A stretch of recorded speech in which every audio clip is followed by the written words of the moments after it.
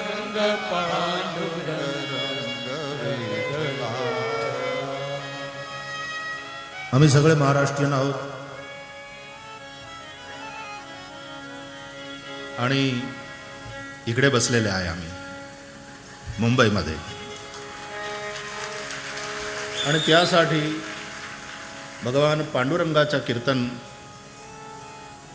केला आणि त्यानंतर या आता भगवंताची कथा ऐका।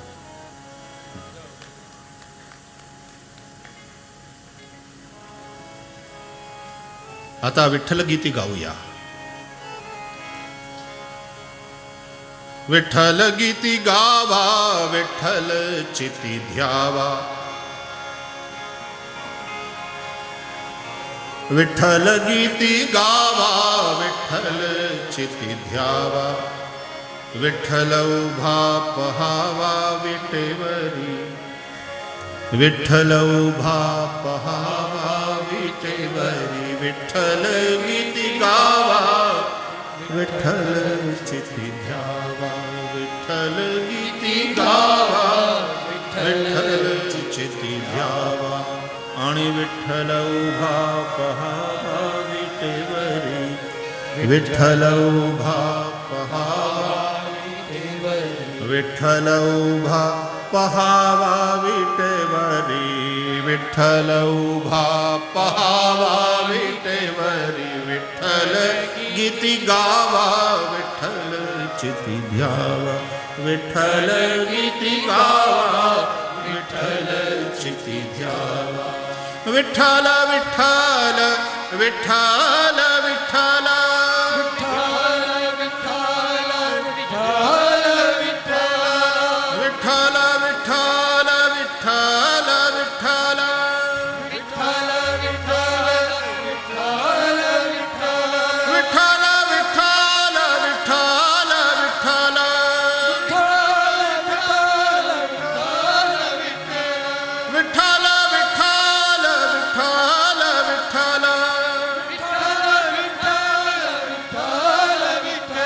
विठ्ठल गीती गावा विठ्ठल चिती ध्यावा। विठ्ठल गीती गावा विठ्ठल चिती ध्यावा।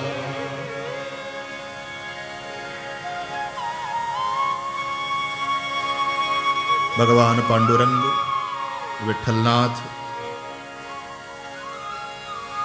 स्मरण हो रहा है ब्रह्मलीन पूज्य डोंगरे बाप जी का। बहुत भाव से भगवान पांडुरंग की बातें सुनाते हम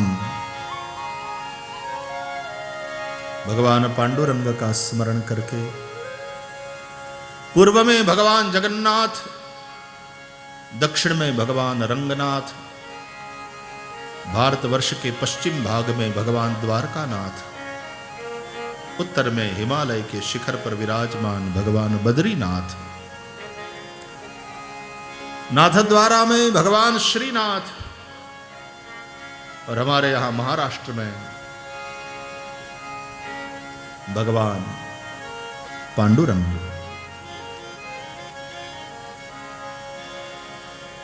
भगवान नारायण के इन सभी स्वरूपों का स्मरण करते हुए, प्रणाम करते हुए आइए सब लोग श्रीमद् भागवत के महात्म्य के इस प्रथम श्लोक के संकीर्तन के साथ इस यात्रा का आरंभ करें। सब लोग हाथ जोड़ेंगे, पूरी श्रद्धा के साथ प्रभु को प्रणाम करेंगे और सब गाएंगे। सच्चिदानंद रूपाय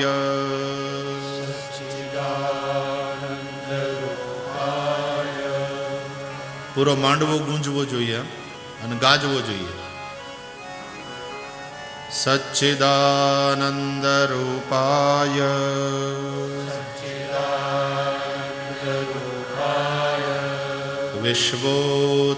विश्वोत्पत्त्यादि हेतवे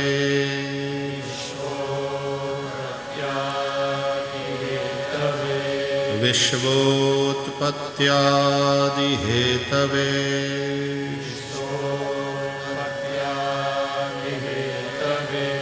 तापत्रय विनाशाय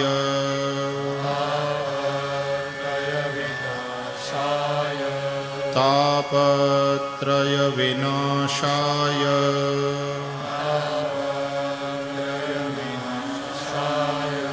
श्री कृष्णाय वयं नुमः।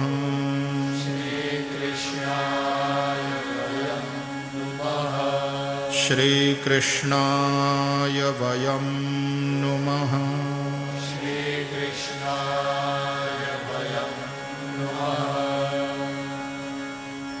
सच्चिदानंद भगवान श्री कृष्ण को नमन।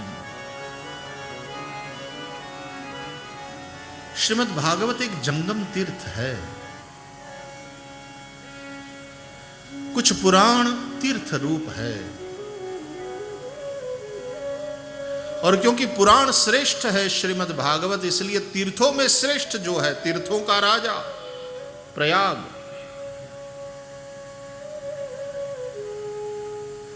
वो है श्रीमद् भागवत। कैसे? प्रयाग में गंगा, यमुना और सरस्वती तीनों नदियों का संगम है। श्रीमद् भागवत का संबंध इन तीनों नदियों से है।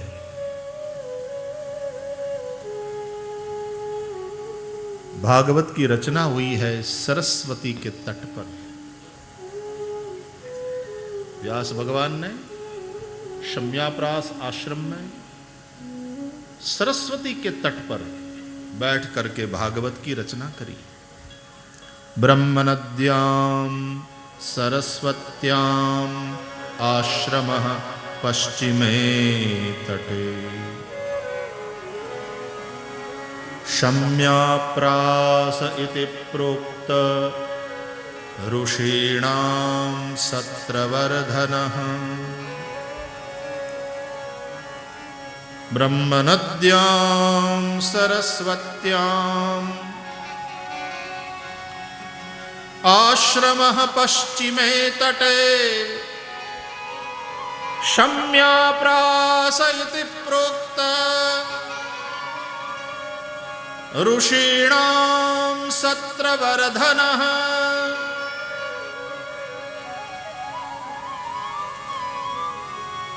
ब्रह्म नदी सरस्वती के तट पर श्रीमद् भागवत की रचना हुई। भागवत ब्रह्म विद्या है।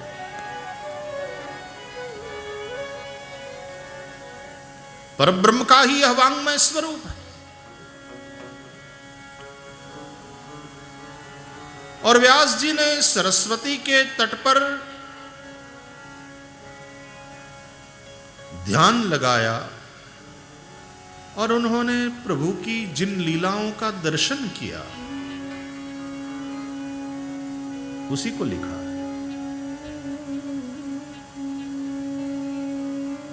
वे लीलाएं जो श्री यमुना के तट पर हुई,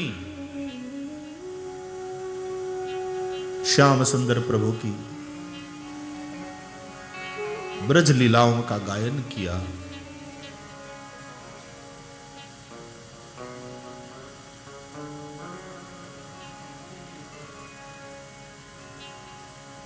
अब जब लिखते हैं व्यास जी, विलोक्य दूषितां कृष्णां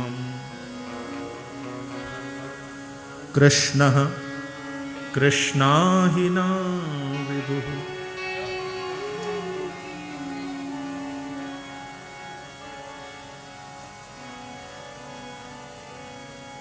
तो वह कृष्ण जो यशोदानंदन है वही नहीं देख रहे हैं उस दूषिता कृष्णा यमुना को, लेकिन ये द्वैपायन कृष्ण जो है वेद व्यास, कृष्णम द्वैपायनम वंदे, मंगलाचरण के श्लोक में हमने गाया। द्वैपायन कृष्ण यानी वेद व्यास ये भी सरस्वती के तट पर बैठ करके कृष्णा यमुना को देख रहे हैं। यमुना के तट पर जो लीलाएं हुई समाधि में देखा और उन लीलाओं का लेखन किया। इसलिए इस कथा का संबंध सरस्वती से भी है। यमुना से भी है। और इस कथा का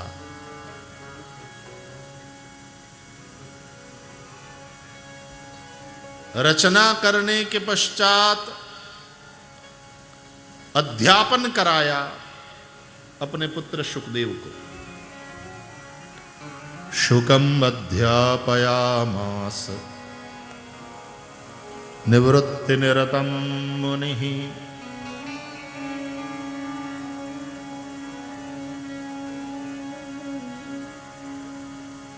शुकदेव को पढ़ाया। आज एक बाप फैक्ट्री बनाता है तो बाद में अपने बेटे को दे देता है, बेटा चलाओ और इसको बढ़ाओ। व्यास जी ने भी भागवत की रचना किया तो फिर अपने पुत्र शुकदेव को दिया, लो बेटा इसको गाओ, सबको सुनाओ, प्रभु में अनुराग जगाओ। और शुकदेव जी ने यह भागवत गंगा के तट पर बैठ करके गाया। शुकताल में जहां पुण्य सलिला भगवती भागीरथी प्रवहमान है, वहां पर बैठ करके यह गाया। तो देखा गया उन लीलाओं को जो यमुना के तट पर हुई है, लिखा गया उन्हीं लीलाओं को श्री सरस्वती के तट पर, और गाया गया उन्हीं लीलाओं को गंगा जी के तट पर बैठकर शुकदेव जी के द्वारा। इसलिए भागवत का संबंध भी गंगा, यमुना और सरस्वती तीनों से है। यह प्रयाग है, यह तीर्थराज, यह जंगम प्रयाग है। जो तारे सो तीर्थ, तरति अनेन इति, जो तारे सो तीर्थ। तो यह जंगम तीर्थ श्रीमद् भागवत हमको तारने आया है। तीर्थ में स्नान करने से सारे पाप धुल जाते हैं। संसार के इस दलदल में, मिट्टी में घूमते खेलते, इसी में विहरते जो भी गंदगी हमारे मन में प्रवेश कर गई है, उसको धोने के लिए इस तीर्थ में, इस तीर्थराज में हम निमज्जन करें, स्नान करें। पाप नाश, ये तो पक्का फल है श्रीमद् भागवत का। पाप नाश, निष्पाप कर देगी ये कथा। दूसरी बात, जब तीर्थ में नहाते हो निर्मल हो जाते हो, कथा निर्मल करती है। तीसरी बात, कथा निस्संदेह करती है और दृढ़ विश्वास को कायम करती है। सारे संदेह समाप्त हो जाते हैं, मन में जो भी प्रश्न हो। और आप इस बात का अनुभव करिएगा, जो लोग पूरी तन्मयता से कथा का श्रवण करते हैं, उनका अनुभव है कि ऐसा कोई प्रश्न नहीं जिसका जवाब हमको कथा से न मिल जाए। कभी कभी तो लोग आते हैं और ये कहते हैं कि हम पूछना चाहते थे लेकिन अब कुछ नहीं पूछना है। क्यों? बोले सारे प्रश्नों के जवाब कथा से मिल जाते। पूरी सावधानी से श्रवण करोगे तो जो भी संदेह है जवाब मिल जाएगा, सारे संदेह समाप्त हो जाएंगे और दृढ़ विश्वास, प्रभु में भरोसा कायम हो जाएगा।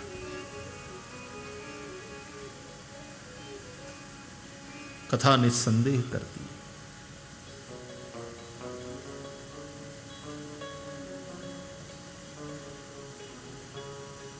चौथी बात, कथा निर्भय कर देती है। संसार भयनाशनम भक्त्योघवर्धनं यच्च कृष्ण संतोष हेतुकम् तदहं ते विधास्यामि सावधानतया शृणु।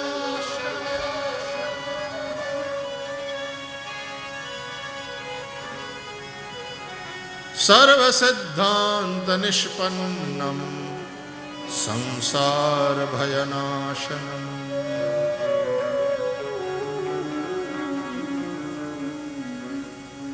संसार के सारे भय समाप्त, कथा निर्भय कर देती है। जब तक जीवन में किसी भी प्रकार का भय है, जीवन में शांति नहीं हो सकती, और जब तक जीवन में शांति नहीं है, जीवन में सुख नहीं हो सकता। आप भले ही महलों में रह रहे हो, सुख न होगा, क्योंकि गीता कहती अशांतस्य कुतः सुखम। जो अशांत है वो सुखी कैसे हो सकता।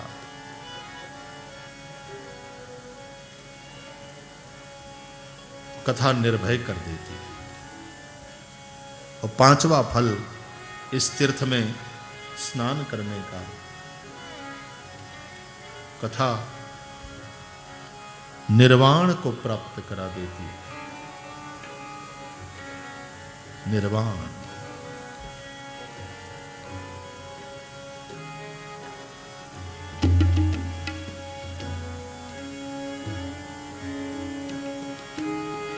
नमामि शमीशान निर्वाणरूपम्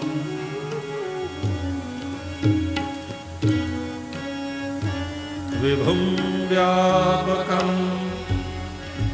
ब्रह्मवेदस्वरूपम्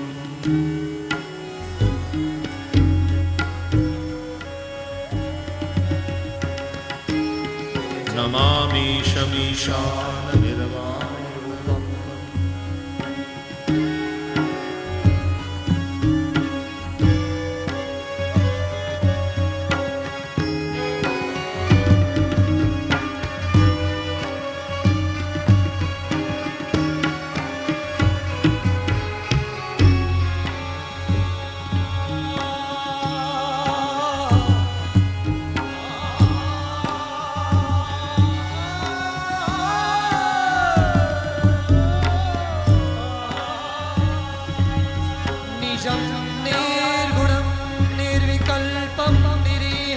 निजं निर्गुणं निर्विकल्पं निरीहं चिदाकाशमाकाश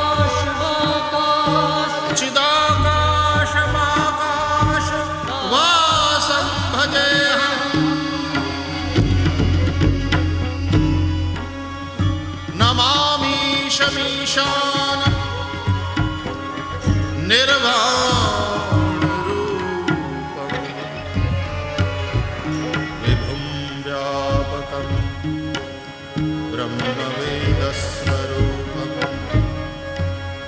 ब्रह्मवेदस्वरूपम् ब्रह्मवेदस्वरूपम् ब्रह्मवेदस्वरूपम्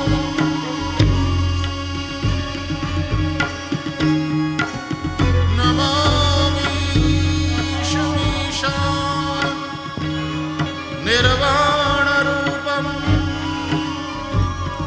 निर्वाणरूपम् हर हर महादेव।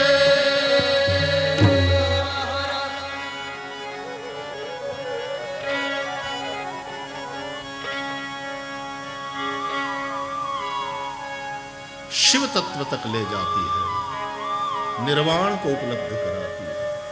शिव निर्वाण रूप है।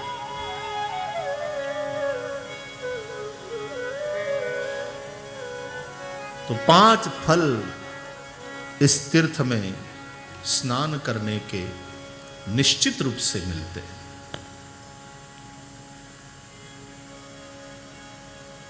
सेल्समेन હોય ને એ પોતાનો માલ વેચતા પહેલા તમને અમુક ગેરંટી આપે કે ગેરંટી તમને ગેરંટી આટલું તમને મળશે જ, એમ અહીંયા વ્યાસપીઠ ઉપરથી તમને ગેરંટી, ये 5 फल सुनिश्चित है।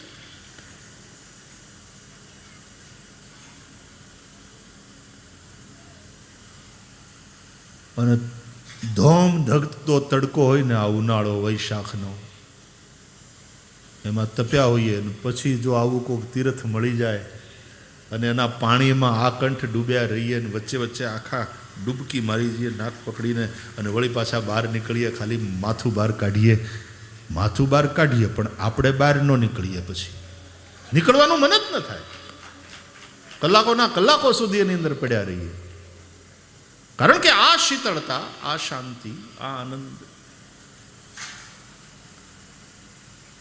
तो संसार के पाप ताप संताप से संतप्त हम सभी इस महातीर्थ में आइए, डूबें, इसमें निमज्जन करें और 5 प्रकार के जो फल निश्चित रूप से हमें मिलते हैं, हम उन फलों से लाभान्वित हों।